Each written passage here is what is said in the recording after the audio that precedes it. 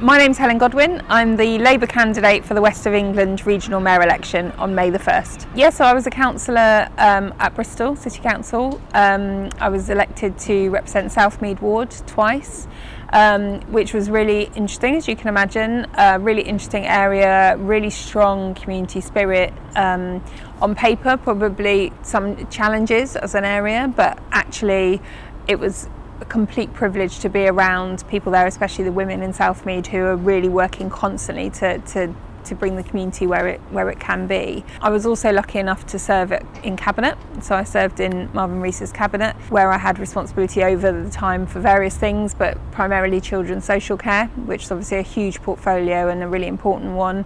I also have responsibility for education. And also during the pandemic had responsibility for housing and homelessness as well. So again, really enjoyed that time. It was really challenging, especially during COVID, when we were obviously trying to keep our young people safe, help support families who were having to homeschool, but also trying to bring in everybody who was street homeless at that time as well. So opening up the hotels, bringing people in, keeping people safe. I really enjoyed it. I really enjoyed being on the council. I really enjoyed representing people, obviously. That's why I'm asking people to vote for me to do it again on a bigger scale. But it was a really good experience, really, really challenging. We went through Brexit, we went through COVID, we went through changes, the changes in governance that are now in place.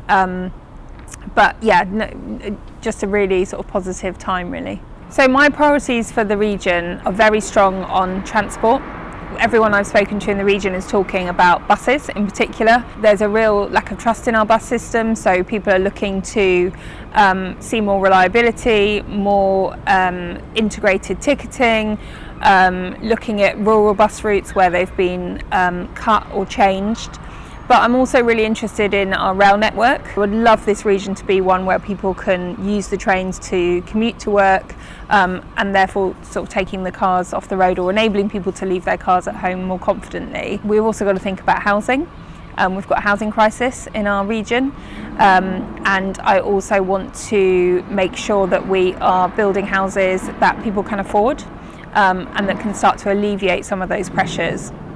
And then my other sort of key priorities sit around the links between education and employment. So thinking about how we create jobs that are suitable for people in the region, and how we make sure people have the skills to take those up, both young people but also adults that want to retrain and maybe look at doing something different. And the final thing I would say is a real focus on relationships. So the Combined Authority so far, as we know from the sort of special measures, isn't performing in the way that it might, and compared to some of our other colleagues. So I really want to focus on getting those relationships across political divides, and also with the wider stakeholders, and most importantly with government. So I definitely would like to see more public control of the bus network, and the more influence there is, the better. I would also like to see more influence from passenger groups, so that we're hearing directly what it feels like to be a bus user.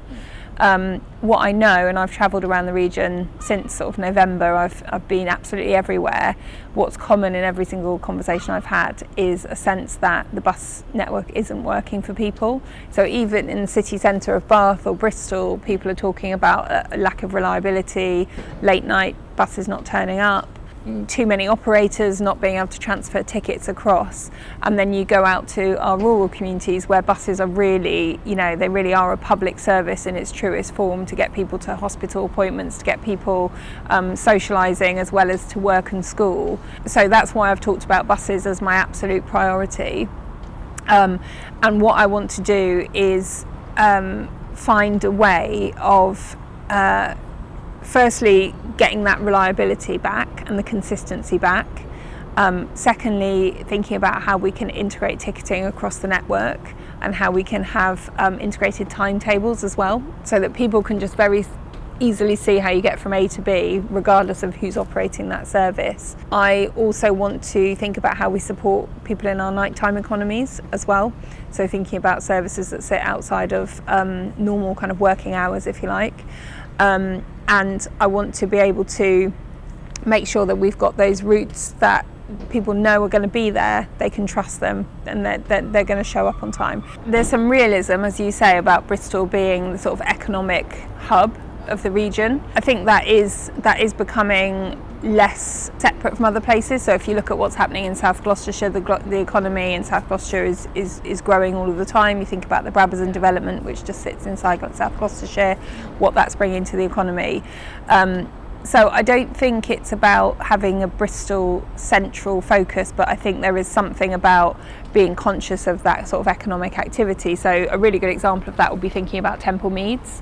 So the redevelopment of Temple Meads will affect lots and lots of people that use the station every day who don't live in the city of Bristol but need Temple Meads to work and for transport, onward travel to be integrated, etc. So where we're spending sort of lots of money on that, that's not about a Bristol bias, that's about doing something that will benefit the whole region. But the other thing as well is that, you know, it's a combined authority, so it's not a kind of executive role where I will make a decision based on Bristol because I happen to live here.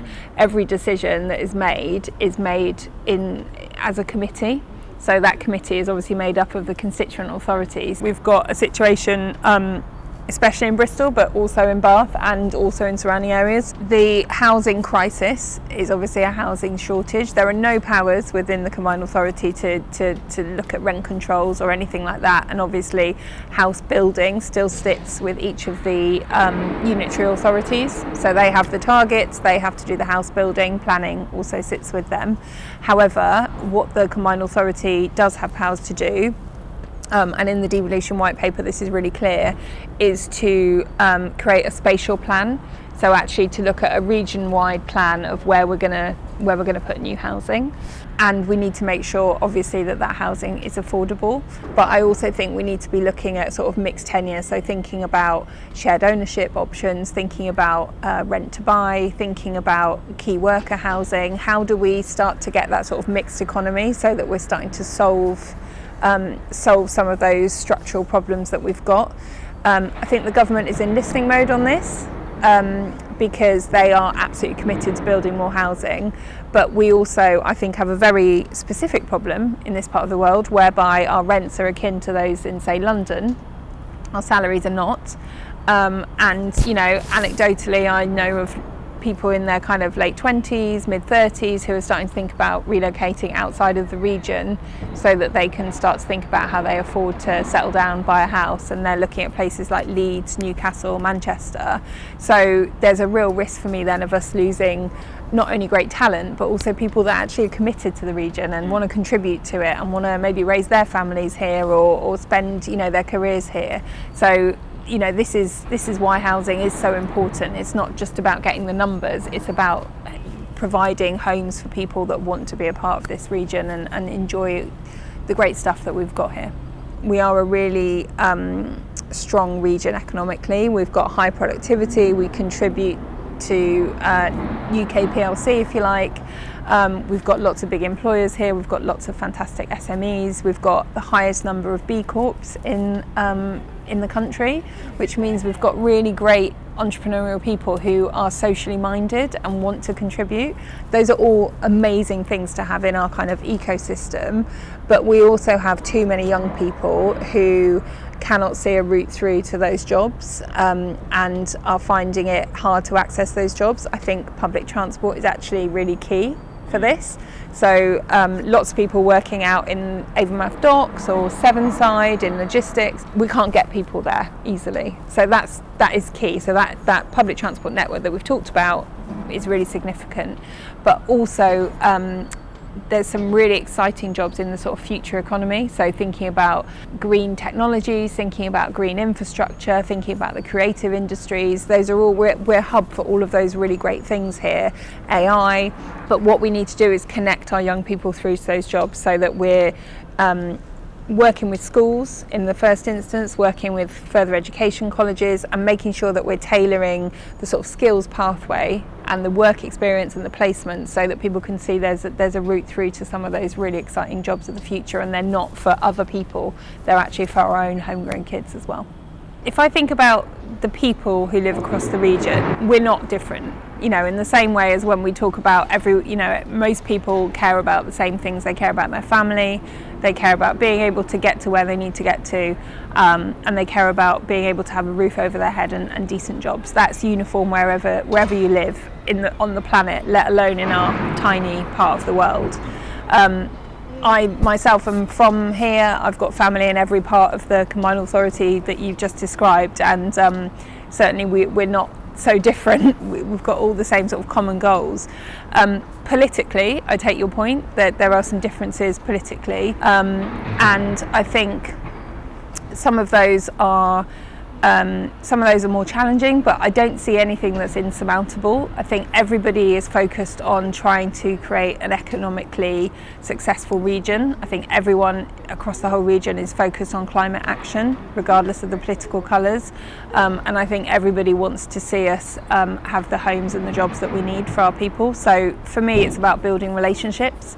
So I'm not going to be going into this thinking you're very different to me on this, you're very different to me on that. It's much more about working together across the whole region and working with those different leaders. And I've already started to build relationships with individuals that are going to be around the table. And so I've got great confidence that will work.